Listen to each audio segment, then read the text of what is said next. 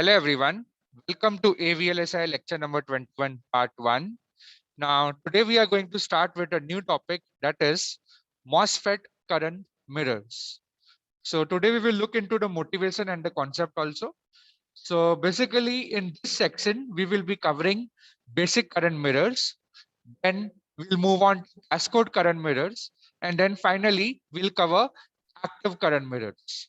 So what is a current mirror? So I mean, the current mirror is doing the job of copying a current from a reference source, right?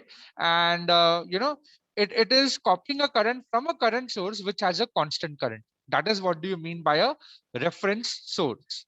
So we will be discussing about a technique to copy a current, right? That is how to copy a current from a reference source. That is what we call it as a current mirroring. Well, there is another section to it, that is how to generate a reference current. So that we will be studying in the band gap references. That's a separate topic. But in this section, we will be discussing briefly a technique to copy a current from one part of the circuit to the other. And this is precisely what do you mean by current mirroring.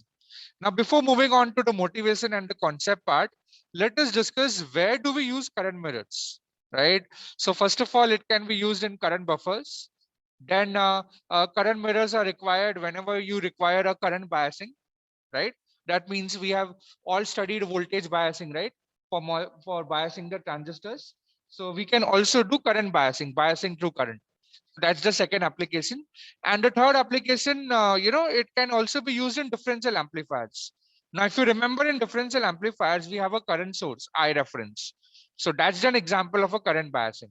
And also it can be used in digital to analog converters. Again, we used current biasing technique over there. So these are quite a few of handful of applications of current mirrors and where they are precisely used. Now, let's start with the motivation and the concept part. Now, this is the most crucial and intrinsic part. Okay, so let us consider a scenario that we are looking into the motivation and the concept part of your current mirror. So imagine that we have a chip, a silicon chip, and consider a MOSFET MX on a chip whose gate potential is externally applied. Okay, VDC we apply to the gate terminal, and the ground terminal is also, here is grounded externally to the outside world, right? With respect to this VDC, fine. And we will apply an external DC voltage source, right, outside the chip. Now, if we want to bias the transistor, this MX transistor, your gate to source voltage must be greater than VTH. So you apply the appropriate VDC value, right? And when you do so, you can do by a second technique that you can have a voltage divider biasing. So here is another example over here. Here you see in this part of the section, again, we have the same MX transistor. The ground terminal it's there. Actually, it's not shown over here. We have RX and RY, a potential divider. From VDD, you generate this gate potential. Okay, so this is the this is the way we can apply an external DC source directly like this, VDC directly applied to the gate terminal, or via a resistive divider to the gate terminal. So when you do so, the current ID starts flowing. The ID is generated in the in the MOSFET, right? So is this really a practical way of doing things? No, it will definitely, actually it will definitely work because VGS is applied. So your current is flowing. So what's wrong over here? What is wrong over here in this technique, or this technique which we have seen over here? We can easily apply, right? We are applying your VDC voltage which will bias the transistor and the current ID starts flowing. But what's the catch over here? There are millions of transistors inside the chip. So that means you will have to apply millions of VDC voltages to each of those transistors, which is practically unrealizable. Okay, so that is what we have written over here. We have millions of transistors on a chip, and you cannot keep on doing it for every transistor. That is, for every transistor, you cannot apply a separate voltage sources. So for doing this, you will require a million voltage sources outside, which is not at all practical. Okay, now let's proceed further. So on a chip, basically, let us concentrate over here now. So on a chip, the parameters, the process variations are there. So for the drain current, it depends upon mu and Cox. VTH, threshold voltage of a transistor. So these parameters will change substantially from one location to other location. Okay, that's the another reason why we cannot use this technique. So what I'm saying over here is like, there are millions of transistors, so they are, they are distance apart. Let's say this transistor with a 28 nanometer a channel length, it's 100 micrometer away from the second transistor over here, which is again having a 28 nanometer channel length, right? And here the current ID1 is flowing, here the current ID2 is flowing because of the biasing arrangement. But here, since they are very, very far apart, it's like a kilometer away if you convert into those units. So the ID1, if you check, and ID2 will not be equal. And even if you apply the same biasing condition, so let's say you have applied a 1 volt over here at the gate of this transistor and 1 volt over here also, still your ID1 won't be equal to ID2. So in spite of being under the same biasing conditions, the transistors will not match. And why is that happening? Because of process variations, right? Because ID will depend upon the process parameters like mu and Cox and VTH. And these process parameters will be different at different locations. So this transistor will have different mu and Cox and VTH, and this transistor will have different mu and Cox and VTH. That's why the drain currents will not match under the same biasing conditions also, right? So what's the solution? So what is the best way to bias the MOSFET circuit on a chip, right? Definitely, we have seen just now with a short discussion that we cannot use a voltage source to bias transistors on a chip. So what do? We use current source biasing. So what do we do is, let's say we have a current source externally connected, outside the chip, and we have applied this current source to this terminal. And what is this diode? Can anyone recognize? It's a what is this transistor? It's a diode connected, right? It's basically it's gain and gate and drain terminal are tied together. So yeah, it's a diode connected MOSFET. So here we have VGS being applied over here. So what is happening? Because of the current source, we have a VGS being produced. So what has been done over here now? What is the technique which we are following? So you are applying a one current source externally. It will generate VGS, and this VGS, since we know the voltage in parallel will remain the same throughout. So what we do is we have many such kind of arrangements. So you have one VGS voltage which is distributed or transferred to the other MOSFET. So it is transferred to this MOSFET over here. It is transferred to this MOSFET over here, and over here at a different part of the chip. Now, this is a hypothetical picture. Basically, we have millions of transistors. Just for the sake of understanding, I'm given over here like this. So the advantage of current source biasing is that one transistor is needed with one current source from the outside. Okay. And what will happen is your VGS voltage will be generated, will be applied to multiple places to the other MOSFET for driving them, right? So what is happening over here is that because of this current source, VGS is getting generated, and this VGS is getting transferred to the other MOSFETs in the chip, right? So here you require only one external current source. That's it. So is this solving the problem, or what is wrong over here? Is this good or a bad technique? So let us identify what is the problem in this technique. So we know that each transistor will have different parameters. There are mismatches in the transistor parameters. So no two transistors will be same in a chip. So the current value can change from one transistor to another transistor, right? That means if we have M1 and M2 transistor on the same chip, its VTH1 will not be equal to VTH2. Mu n1 will not be equal to mu n2. So what, it's not a good way of biasing the transistors, because different currents for different transistors, we have no control whatsoever. So let's consider this. So here we have applied a current source, no doubt about it. We have applied a VGS, and this VGS is getting transferred to the other MOSFETs also. But individually, are those MOSFETs matched? No, they are mismatched, because this transistor over here will have a different VTH, right? This transistor will have a different VTH. That means we have applied a one current source. We want same current to be applied to all, but it will not happen. Right? And also, while you're transferring this, it transferred via the metal wires. So metal wires also running throughout the chip. It's a very long, because it's a small dimensions.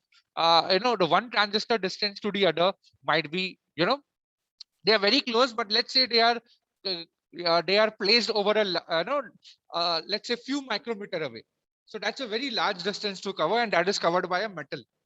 And that metal wires will also have some resistance. So that will also disturb the current flow, right? So that means we have different transistors. Let's say here we have 5 transistors, and all the 5 transistors, the current is different. There is no control over it. We want to establish the control, what amount of current is flowing in each transistor, right?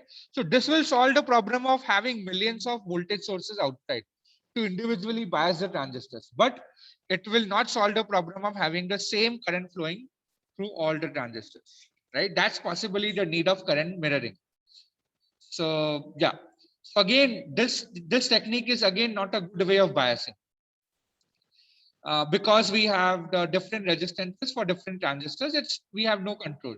Next problem is it will have different resistances in the source to the ground part for transistors. For example, over here, you will study soon that this will be a current mirror, right? So here we have M1 transistor connected as a diode connected, right? So we have I reference current flowing over here. So here if you see carefully, between the source terminal and the ground terminal, and here between the source terminal and the ground terminal, there will be some resistances. And why they are coming up? These resistances R1 and R2 will be different, because you will be soon, in the last module, we will be studying about layouts. So in the layouts, when you want to connect one transistor terminal to another transistor terminal, we use metal wires. And metal wires have resistances, right? And these resistances R1 and R2 may not match. That means here the VGS1 of M1 will not equal to VGS2 of M2, right? So that means your current mirror. This is a current mirror circuit which will be elaborating very soon. So since your VGS1 is not equal to VGS2, there will be not accurate current mirroring, and your transistors won't match. So that's why your I reference of 1, which should be equal to I reference of 2, will not match. Okay, and neither do we know the exact factor of variation because of this metal wire resistance, right? I am talking about this. So when you connect one transistor, this orange color, let's consider these are the metal wires connecting one transistor to the other, correct? So it's impossible to know this metal wires. It's a very large value, and over here. Okay, so yeah, so these different value of, because there are several metal wires running across the chip, they will all have different resistances. And these resistances, there is no way to know what the values are and whether they are equal or whether they are not. So your transistors will not match, right? And the most, crucial problem over here is that we don't even know the exact factor of variation, because these are random variations, right? Okay, so this is again not a good way to bias the transistors on a chip. I am talking about this technique. So this is again not a good technique to bias a transistor, a MOSFET transistor on a chip. So let's see what is the good technique. So the possible solution is that let's assume that there is a reference circuit on the chip. Now this reference circuit will generate a steady VSG reference voltage, which will not change. A steady VSG reference voltage means what? Your reference voltage also might change, right? So let's say you have a circuit which will generate a very, very stable VSG voltage. Now, why VSG? Because here you see these are PMOS transistors. Okay, so for PMOS transistors, we have VSG voltage. And also this reference circuit is grounded. So we call it ground zero, right? So this is my reference circuit which will generate internally VSG, and this VSG is parallelly applied to 3 MOSFETs, right? So your PMOS MOSFET 1 will produce the current I1, PMOS MOSFET 2 will produce the current I2, and PMOS MOSFET 3 will produce the current I3, right? And now what do we do is this entire circuit, which will produce the steady current because we have a steady voltage, and being parallelly applied to all the 3 MOSFETs. So these 3 MOSFETs individually will produce a steady current depending upon their sizings, W by L ratios, right? So this entire network, we call it as a reference current circuit, or we call it as a master bias, right? So let's see how this on chip current distribution is taking place. Fine. So what we do is now we want to transfer this current I1 to the different part of the circuit, right? So I will be zooming out a little. So please concentrate. Yeah. So let's say we have the current I2, which is marked by green color. It is moving to some other part of the chip. So here it is. This is my current mirror basically. So it's moving to the other part of the circuit. So here also I2 will flow, right? And this section of your chip will again have a ground. Let's consider this is ground free. Fine. And again, this green color, this is just a representation. This is my metal wire connecting one section of the circuit to the other, right? And this metal wire will also have some resistances. Doesn't matter, but let's proceed forward. Let's say this I1 current which is generated over here, let's say the magnitude of I1, I2, and I3 is in few microamperes. Let's say 10 microamperes, right? So this I1 is again flowing to the other part of the chip and is located somewhere far away. Inside the chip also, the two sections can be far away. So this is another current mirror, right? And here also the current entering will be I1 only, right? And with a separate ground. And similarly, I3, the current which is generated from this reference source is I3. That is a steady current. But this current I3 has to travel a long distance, right? This red color is just a metal wire. I'm just putting as a representation, right? And this is going again to a different circuit over here. Now over here, if you see carefully, again, this is a current mirror. But at the output side, we are doing the local mirroring of current. So what is the funda over here? The funda over here is that the transistors, if in a chip, are next to each other, will match reasonably well. That means if one transistor is placed over here and it's very much nearby to the other transistor, mostly they will have the same process parameters. The problem is when they are located far apart, then the transistor matching is a problem. But when they are, very nearby to each other on a chip, mostly they are properly matched. Okay, that's the advantage of your integrated circuit biasing. Okay, so are you all following what is happening over here? So this is the technique which we follow or which we adopt for on-chip current distribution. So again, I repeat, what do? We generate a reference a reference voltage, a steady reference voltage, VSG. Okay, we don't know what is inside this box. We'll study that in the band gap reference. How do we do that? So this VSG is parallelly applied to three PMOS transistors, which will generate I1, I2, and I3. And this I1, I2, and I3 is distributed over the chip like this. Okay, I cannot zoom out that much, right?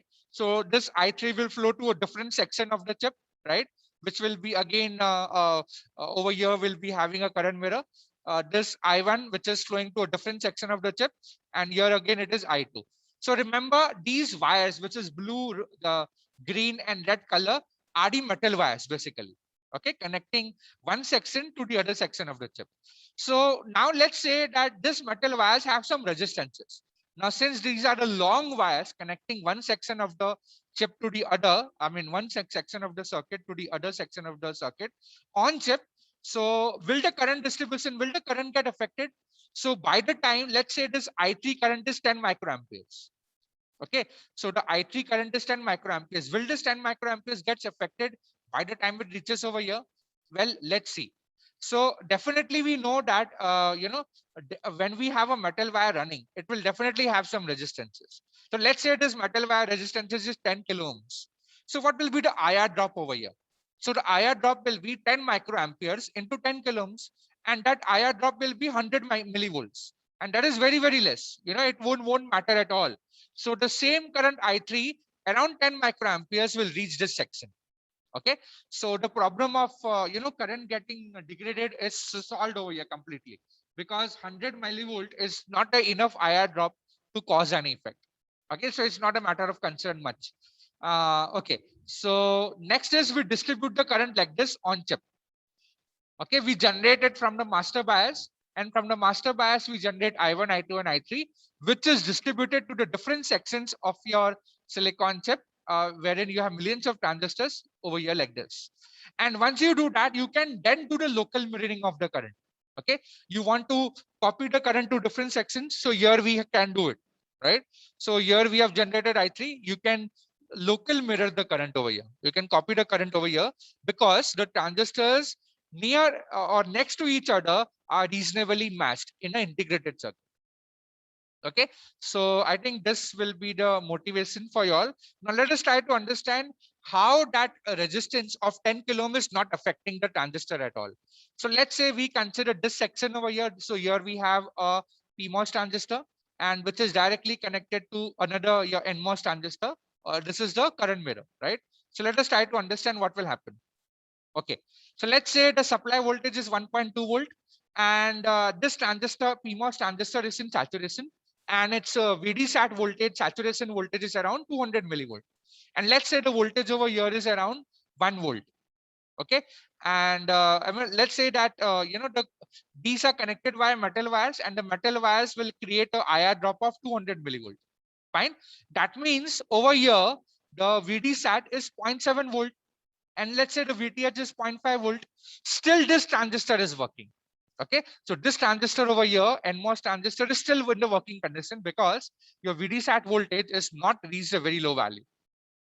Correct. So that's why there is no problem of current distribution over here. And that's why we can say that this technique is a good way to transport a current from one location to another location without any major issues. Okay, the only problem of this technique can be the current are routed via long metal wires having kilo ohms of resistances. But as you have just now seen that this long metal wires will have a kilo ohms of resistances, still will not affect the on chip biasing, I mean the current distribution. Fine. So we have already considered I1, I2, and I3 is in the order of microamperes. These are very small currents, and these are being transported from one location to the other location on chip. So this is how we distribute the current on chip using your integrated circuit biasing technique. So that's why this is the motivation and the starting point of studying current mirrors. Fine. So before studying localized, this is a current mirror which we'll be studying. But I'm saying over here we have learned the technique wherein we can distribute the current on a chip to many transistors. So we don't have to generate the biasing for every transistor, right? Or we don't have to worry about what could be the variations because of process variation. This may happen, that may happen. No. So this is the safer technique. Obviously, it will have some drawbacks also. So, but this is a safer technique to optimum technique for on-chip current distribution. Okay, for in an integrated circuit. Fine. So I think this completes the motivation part, and I hope that from the next time, if you have understood the concept of current mirroring or copying a current. So we started with a MOSFET, and then we have applied a voltage source externally. So what was the problem over here? For every single MOSFET, we require VDC external voltage. That was not feasible. So what did we do? We opted for a current source biasing. But what was the problem over here? The VGS being generated, which applied parallelly to all the transistors. But because of these metal wire resistances and the process parameters variations, no transistor will have a same current. So we have no control over the current. So that was what was wrong with this technique. And later on, we found that possible solution can be creating a master bias. So what the master bias will do? Master bias will generate VSG voltage. Okay, this VSG voltage will apply parallel to all the PMOS transistors, and which can generate a steady current I1, I2, and I3.